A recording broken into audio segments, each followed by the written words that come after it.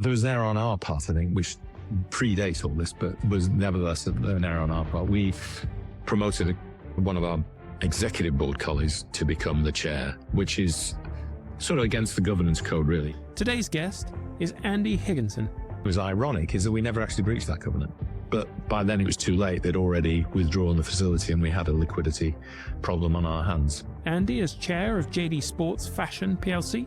Previously, he was chair of WM Morrison Supermarkets plc and a non-executive director at organisations including Tesco, Sky, Clark's, FirstGroup, Woolworths and Majid Al Futtaim. But that's when I left the business because I didn't want to work with the new CEO. I didn't rate him at all.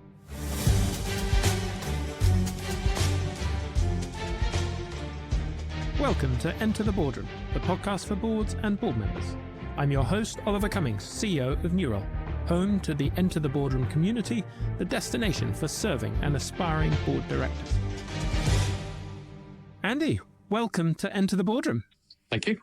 Andy, before we get into your chair roles, I want to start with you on the other side of the boardroom table. You were a CFO by background and spent many years as a senior executive working with boards. If you look back now, what were the three moments in your executive career where the board most shaped an organisation's trajectory, either positively or negatively? So I think back to my very first PLC role, which was Laura Ashley, the banks had pulled the plug essentially on the business and we were going through refinancing and so on and so forth. And I think at that point, there's quite a bit of change at the board. The CEO was exited and we brought together as a board this focus on cash. You know, there was a need for cash and the way to manage cash. We had quite a lot of our solution in our own hands. And I think that single-minded focus became a very, very powerful tool within the business and was very helpful for me as the new CFO coming in. The agenda, certainly for my first 6 months in there, was very much around just managing the cash. So I think that was a very useful thing. It was a good lesson in terms of how simplicity and focus can really make a difference. And in that case, it did. I suppose the next one would have been around the formulation of what became known as Terry's strategy, but it was the Tesco strategy for that period of time that we worked as a team and can still recite those four headings to this day. And again, the board shaping that into four key pillars. Everyone in the business knew what they were. We did the values at the same time, what the Tesco values were and how we would try and behave. And those endured for pretty much my full 15 years whilst I was there. And I think a number of them are still in place. So that was another one where in strategy terms, we really formed that. I suppose in terms of a bad one, in the end, it was the succession from Terry, which didn't go well and, was contributed to by what had become by then quite a weak board, a weak chairman and, poor decision making really. And that caused quite a bit of difficulty for the business over the next 2 years where that new CEO survived and then was shortly followed once he'd been removed by a bit of an accounting scandal which came up, which in a sense was all part of a sort of domino effect from that sort of poor decision making. So I think that would be the sort of negative lesson I would take there, which is that, those are probably the biggest decisions you'll take in terms of transition CEOs as a board. And if you get it wrong, it really can be very difficult.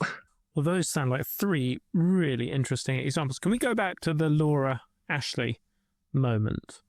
For a board member listening to this who hasn't had that experience or where cash suddenly becomes a real focus, what would be your counsel to them when they do find themselves in that situation? Because you talk there about simplicity and focus, and I think that's often much more difficult than it sounds.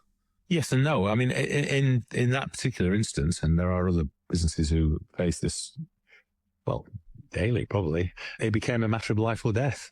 And so the simplicity and the power of that simplicity in terms of trying to find our own solutions was a great lesson. I think the other lesson I learned from that, which has stood me in good stead through life, is you can't be a victim. Things are difficult. You can't just go, oh, woe is me, this is really difficult. You've got to, get on and try and fix it. And it doesn't always work, of course, but in the case of Laura Ashley, it did. And I think, it just gives you that ability to be quite black and white for a short period of time, where we all know the world is black and white, but, there is a period of time where you have to be. So, running down our inventories in order to free up cash was a simple example of something we did to help save ourselves, as it were. Of course, the knock-on consequences of that are that the production departments are shut down for a period of time. People are not getting the working hours. Some people are made redundant, and so on and so forth. And all of that was done because we had to. And we ended up selling off a large part, or closing a large part of the manufacturing capability, which was tough for a very benevolent business. It was a very, well, I was going to say paternalistic, but because that phrase is used a lot, but really with Laura Ashley's, it was maternalistic in a sense. It had a very caring attitude towards its employees, and that was a very traumatic thing for them to do, but it was something we had to do because without it, everyone would have lost the jobs. So I think that's sort of how you get that power of simplicity and that ability to focus. For you as an executive at the time, what did the board do that was helpful or unhelpful? Because I think sometimes you just need space as an executive and you don't want the board kind of, micromanaging you. Other times it's really helpful to have the emotional support as well as the challenge. Yeah, well, I think it was very much a case of clearing the decks of other things, if you see what I mean. So they weren't micromanaging me. They were supporting, when you needed to sort of see banks and so on and so forth. Seeing a sort of wider cadre of the board instead of just a CFO can be important from time to time, just to give reassurance that everyone's on the same page and there's not going to be some sort of snafu happening in the background while the finance team are doing their thing. And that willingness to look at some of those very tough decisions, because they had, of course, have been part of that very caring business and very supportive to employee business. So it was very tough for them to take those decisions. So, I was forever grateful that they could see the need and actually supported me in doing that for that period where really finance and cash were the only things we could really look at. And you said the banks pulled the plug on the business. With the benefit of hindsight, is there something the board could have done differently earlier? Well, it was different times. There were different days. This is 1990, so it's an ancient history in some ways. Interestingly, the business hadn't had a CFO for 18 months, which is a slightly unusual thing. And you couldn't imagine a PLC today having that sort of situation. They hadn't felt they needed one. And perhaps they did, really. So that was definitely something they could have done differently. I think when you say what could they have done differently, I think the irony was they actually behaved incredibly properly. So what triggered the banks pulling the plug was a presentation that the business had done, which was a kind of responsible, thoughtful presentation that said, look, we want to give you a heads up. There might be a breach of one of these covenants at the end of the year. We've still got 6 weeks to go. We don't know, but it's a possibility, and we'd rather you know now than we spring it on you at the last minute. And at that point, they overreacted and pulled the plug on a facility that we hadn't drawn. So it effectively forced a liquidity crisis onto the business at that time. And in fact, subsequently, the Bank of England issued a thing called the London Rules to prevent that sort of thing happening again, because it was a committed facility. And I say the reason it was ironic is that we never actually breached that covenant. So when it came to the year end, we didn't actually breach that covenant. But by then it was too late. They'd already withdrawn the facility and we had a liquidity problem on our hands. And so in a sense, I felt the business, and not necessarily the board, but the business as a whole, did the right thing at that point. Of course, what the board really could have done differently is the things you then learn to how we got into that situation. And many of the things that we unwound over the next year or two were areas that had been made overly complicating the business. They had 22 strategic business units, I seem to remember, which for a smallish business, do you remember the old history lessons of the Holy Roman Empire, which was neither holy nor Roman nor an empire? Well, these were neither strategic nor business units, they were kind of, but it introduced massive complexity and internal bureaucracy, which had been part of the problem. So I think in terms of doing things differently, I think everyone would agree that had their time again, they wouldn't have gone through that. complicating process. But it was all part of the growing pains of a business that had been quite small, family run, listed, hugely popular, hugely successful. And as part of those growing pains, they got a few things wrong. Let's talk about the formulation of Terry's strategy, as you put it, or Tesco's, which has taken on legendary status.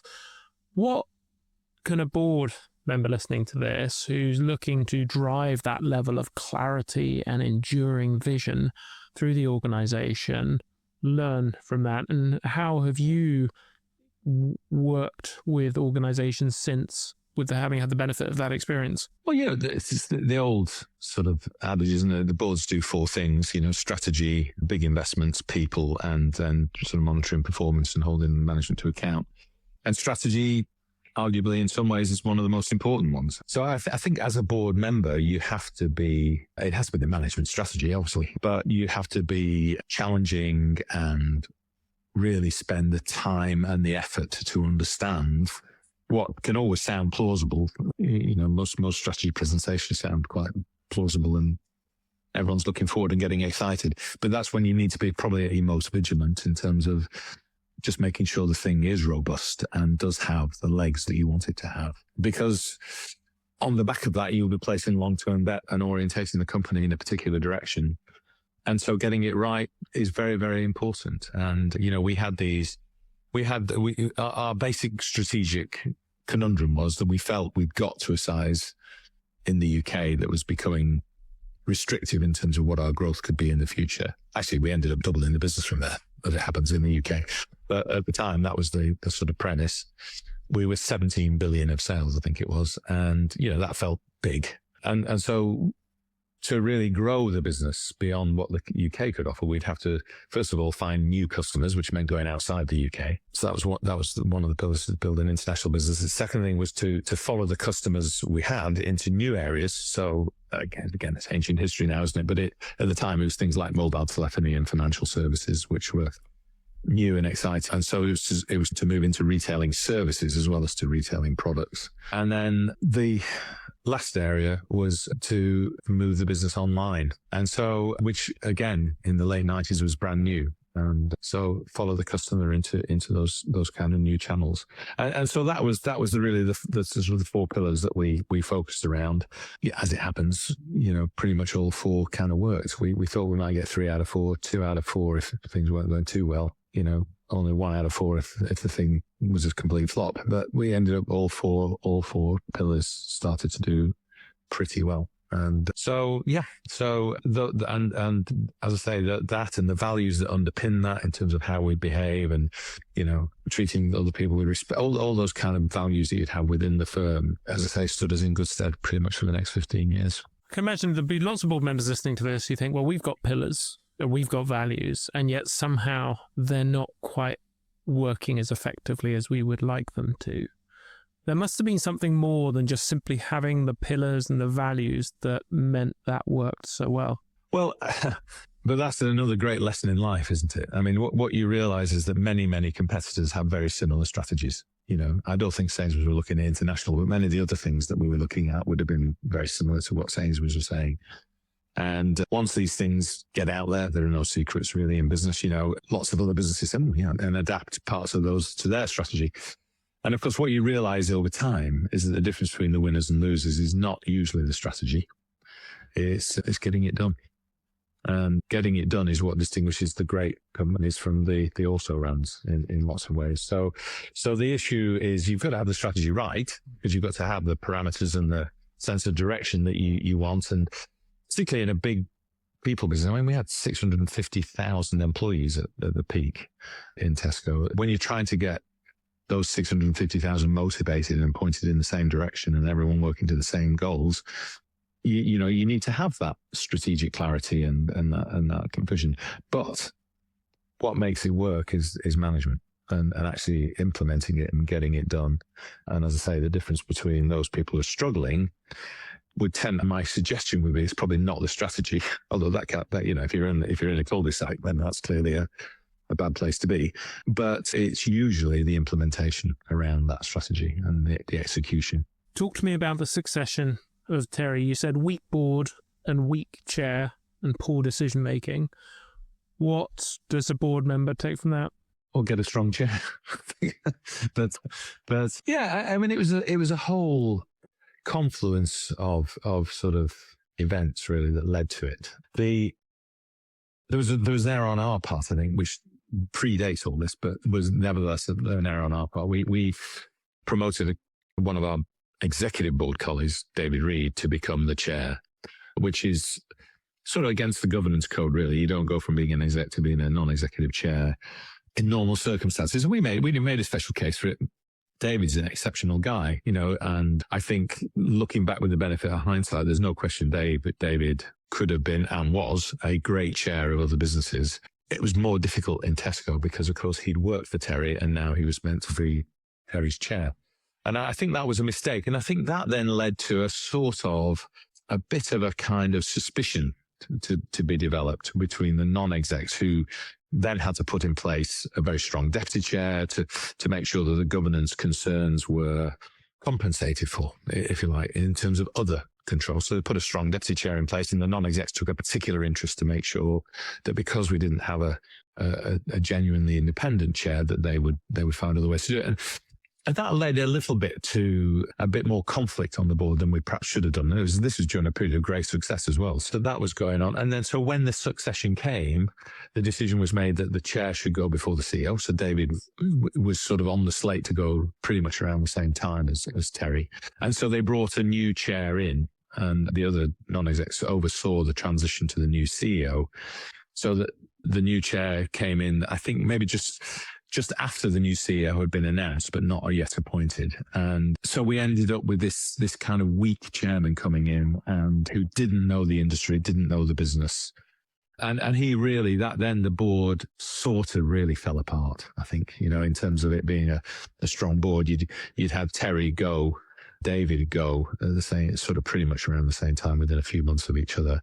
That's when I left the business, because I didn't want to work with the new CEO. I didn't rate him at all. And, many of my that very, very strong team that Terry had built and worked with also left at that time, which was great to my benefit later, because at Morrisons I was able to hire David Potts, who was another one who left. But it really is. There is a phrase that sometimes the difference between a good board and a bad board is one director. And I actually think that's quite a good phrase. Somebody gave that me. It's not my phrase. It's a sort of well-known one. But I think there is some truth to that. That change of chair to David Reed, nothing to do with David Reed and his capability, or Terry and his capability, but the strong deputy chair that came in it confused the natural rhythm of a board, in the sense of having a different focal point. Sort of the chair, chief exec, there was this different focal point, and that started the problems then of creating a sort of a bad board, I think. The other thing I picked up from listening to you there was the signal that was being given off of good executives leaving with the new CEO coming in. Now, sometimes that can happen when you've had a very strong CEO where people have just, they've gone on the journey with them and they don't want to start again, so they leave. How, as a board member, do you think you can identify when it's that versus the execs simply don't believe in the new person, and therefore you've got something to really worry about as a board? Well, it's difficult. I think the other thing is that, 2 or 3 of them were vying to get the chief executive, and the 2 they didn't get it leave. That's another common sort of situation. I think, one of the things Tesco did very, very well is when David Reed didn't get the job, when Terry got the job, and they worked very hard to keep David by creating a new role for him, which was a very substantial role, and which he did exceptionally well in. And so that was a great example of retaining, an exec who was a bit miffed, well, more than a bit miffed that he'd not got the top job, and he stayed and made a great contribution. I think the other thing is, because people leaving can be for 2 reasons. They can choose to leave, and they could also be exited. I think a new CEO can sometimes demonstrate their maturity by keeping members of the team who might have been vying for his job, because they're strong enough to know they're not going to be a threat. And I think sometimes people get exited because, there might be a bit of a threat to the new CEO. I mean, look at Keir Starmer at the moment. I think that you can get a bit of that. And the great thing about Terry was he was never like that. Terry always felt completely secure in himself and his ability and his position. And so he kept on a lot of Ian McLaurin's team, who others might have thought, well, he won't keep him, he won't like him on the team. But he had the wisdom to know that the business was better with those experienced older guys. Some of whom he'd worked for in the past, on his way up through the company, that the business was better with them than without them. And I think that's a good sign for a CEO that they can do that. I think, a mass exodus, you do need to understand, exit interviews and actually talking to the people who leave, what are the reasons? I mean, if they've left to go and be the CEO of another big company somewhere, you sometimes just have to say, fair enough, you didn't get the job here, you've got the job there, good luck. If they're going because they don't really have confidence in the new person, I mean, they'll probably tell you. And it's important,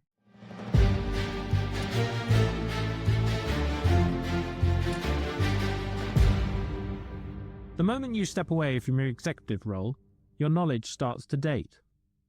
The insights that made you credible depended on being close to the action. That distance grows faster than most people expect, and boards notice.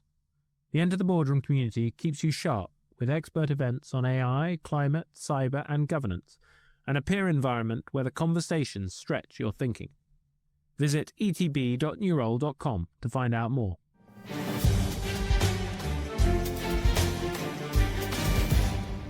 You've described in the past your career as being shaped by what you once called the University of UK Retail, working with Terry Lee, Stuart Rose, and others. Before we deep dive into your experience as chair of WM Morrisons PLC, if you had a couple of minutes now to educate a smart board member who's never worked in retail, what are the heuristics they absolutely need to understand to be useful in a retail boardroom, if that's even possible, to your earlier point of the chair coming in without any industry background?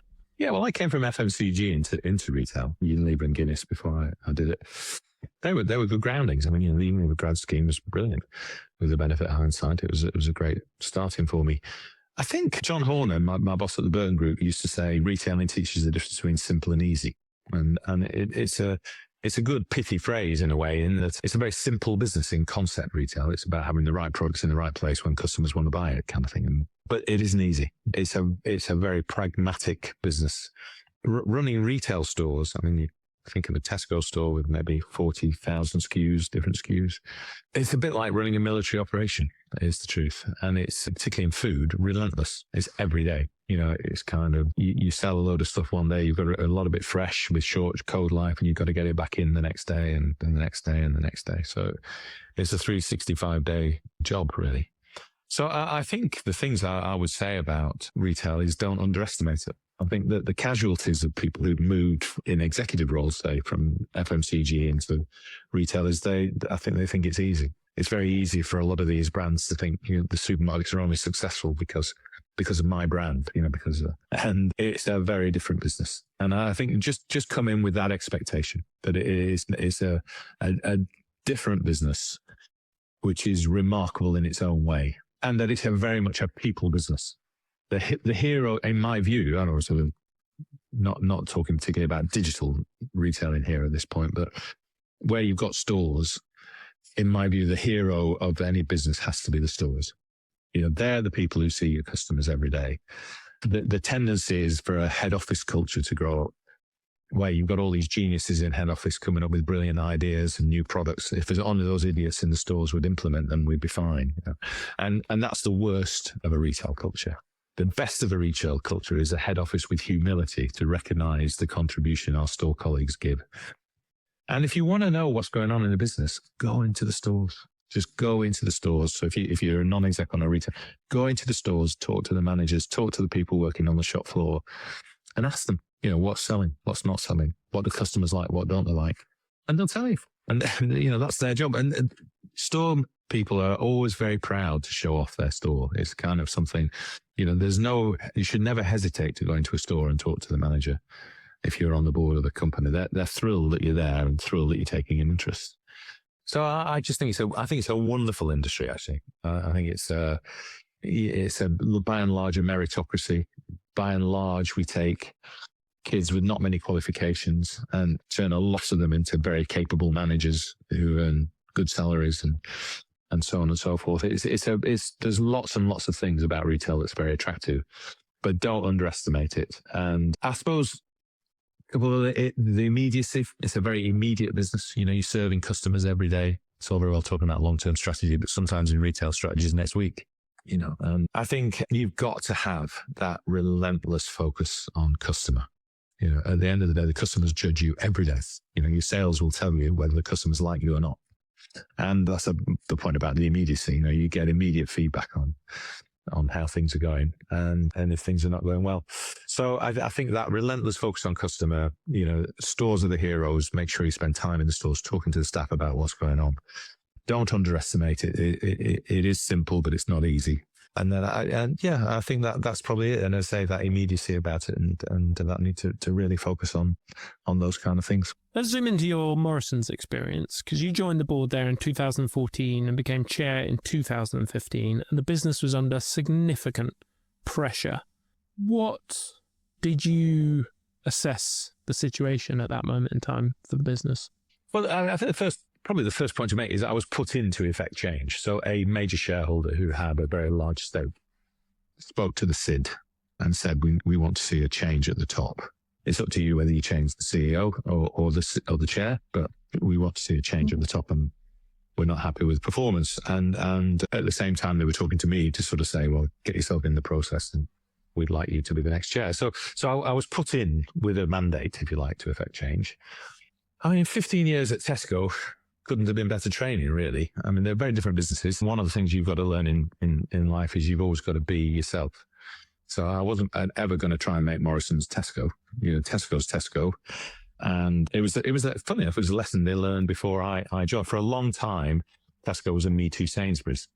People forget that in the early 90s, Sainsbury's was the most profitable food retailer in the world, not in the UK, in the world. Amazing business John Sainsbury ran at the time. And it was only really in the early 90s when they went through a crisis where actually that we still had the analyst note on the wall that said Tesco would have to change its name because the brand was so damaged.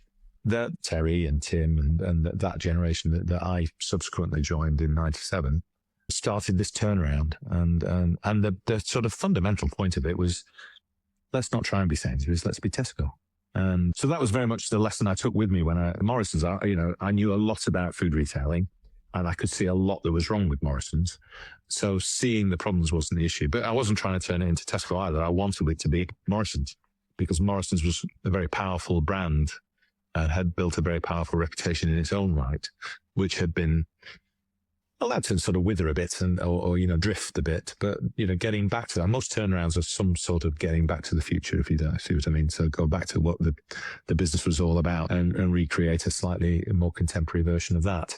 So that's what I tried to do. And as I say, seeing, with 15 years under my belt at Tesco, seeing what was wrong at Morrisons was not that difficult. As I mentioned earlier, the challenge is, can you get it done? So you talked about the 4 pillars at Tesco and the values that you had there. What did you bring in at Morrisons that allowed you to go through that turnaround? The first thing would be the focus on the customer and being Morrisons. So Morrisons had always been, I used to rather disparagingly call it when I was a competitor, a meat and 2 veg retailer. It was kind of, it did the basics exceptionally well. The fruit and the veg were great. Their meat and their fish were exceptional. And they do well on, they were popular in terms of running branded grocery promotions. So, the big grocery brands, they would often do on promotion and therefore give customers a good deal through promotions rather than necessarily always being the cheapest every day. But that was fine. That was what the brand was all about. And so really what was sort of dismaying was they'd got away from their customer focus in a way.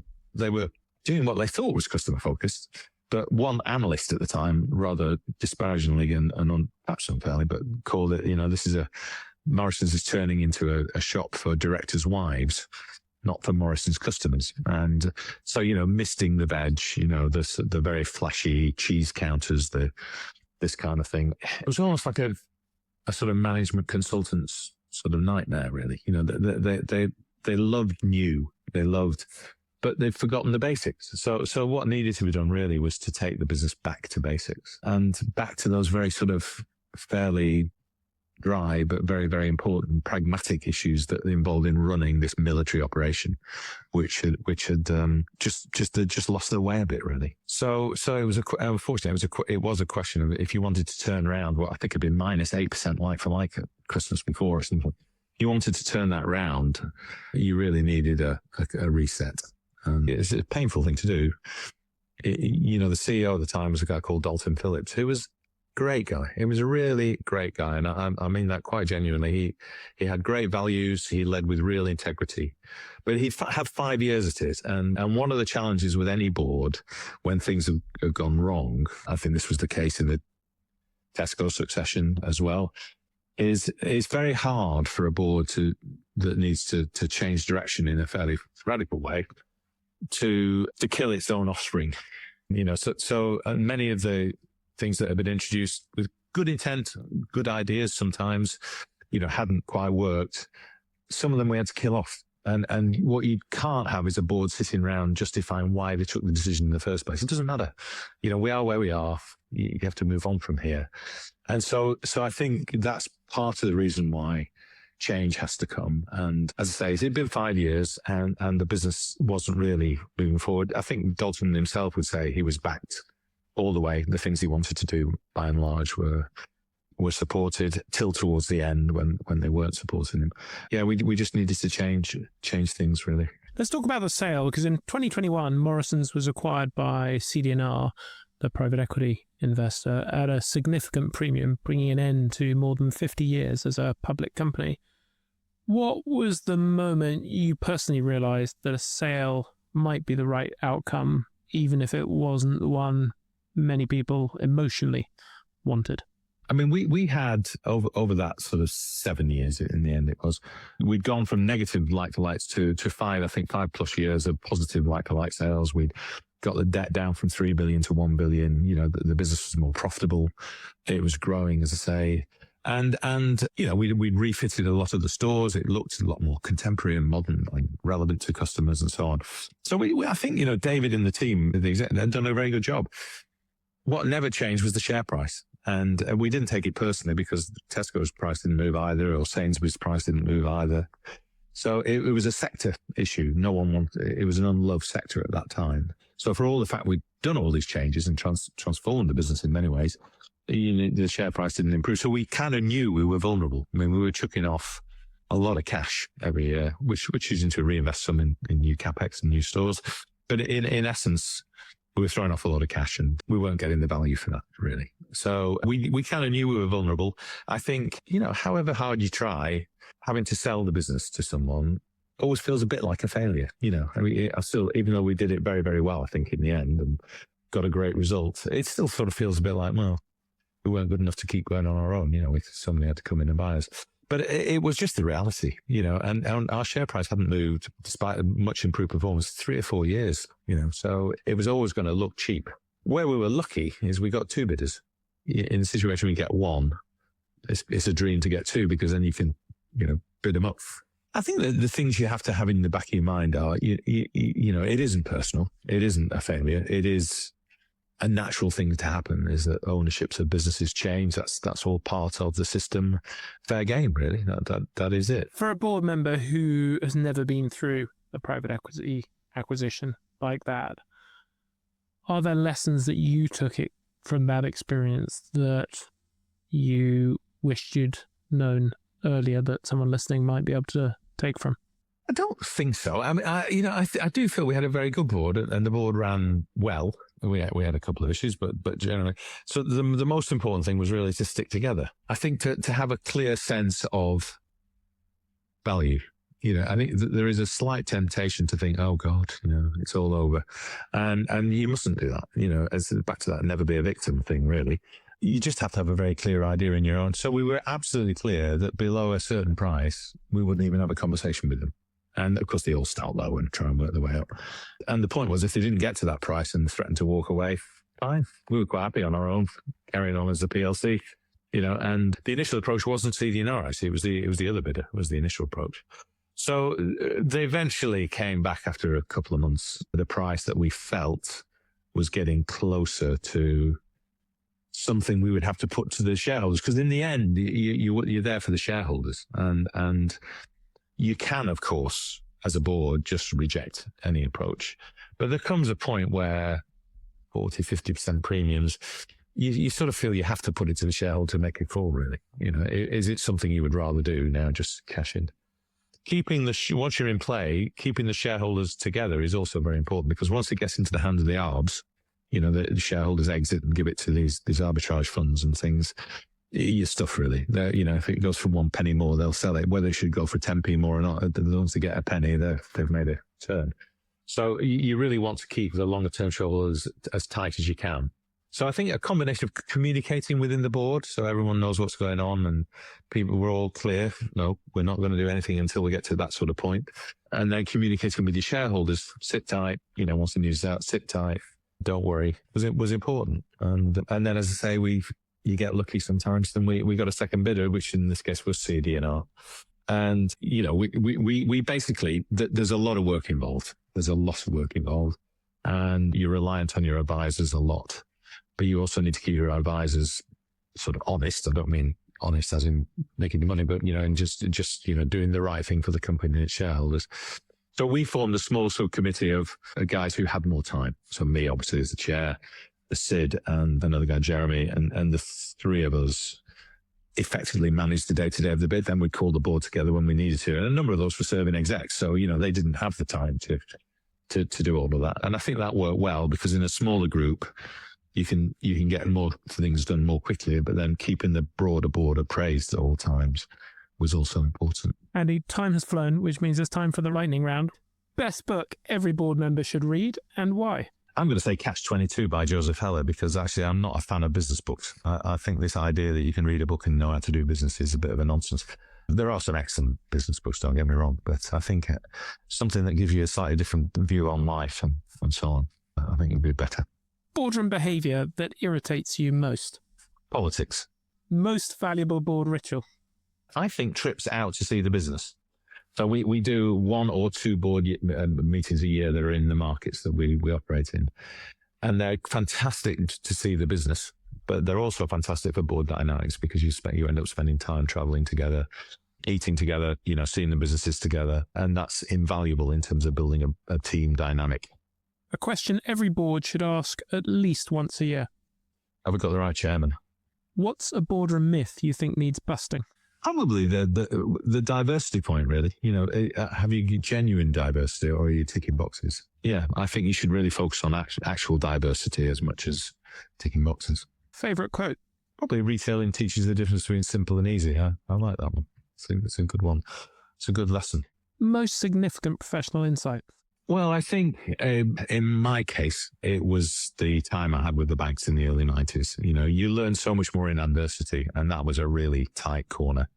As I say, I think it's not altogether complimentary to banks, but I think I learned everything I needed to know about banks. And when through 2007-8, I was the sort of calm voice at the table, because I kind of knew how it all worked. Piece of board advice that sounds right, but is wrong?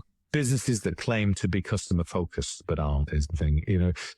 Far too often, and boards are particularly guilty of this, you're making decisions that are right for the business that don't necessarily are right for customers. What have you changed your mind on about boards over time? I think I've learned that many of the governance rules are far better than I might have initially thought. The initial reaction to any of these changes, oh God, here we go again. But actually, many of them are very, very thoughtful and well put together, and are incredibly helpful to the operation of the board if done right.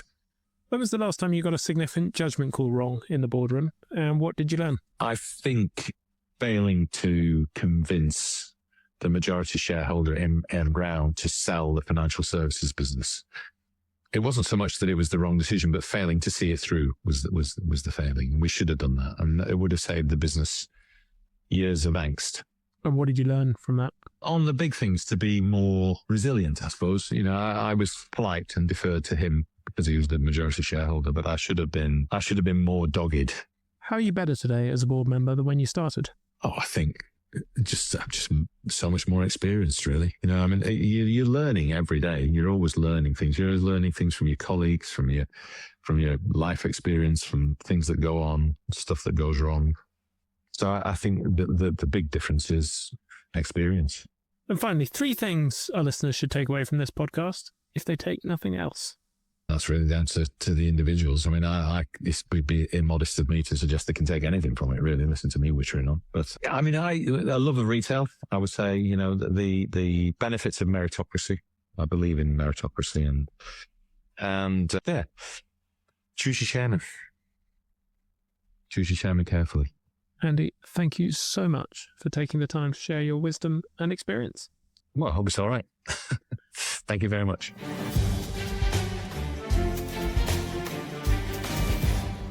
If you want to stay credible and current as you build your board career, the Enter the Boardroom community gives you easy access to the knowledge you need. Listeners get 10% off. Visit etb.newroll.com and use the code ENTER at checkout.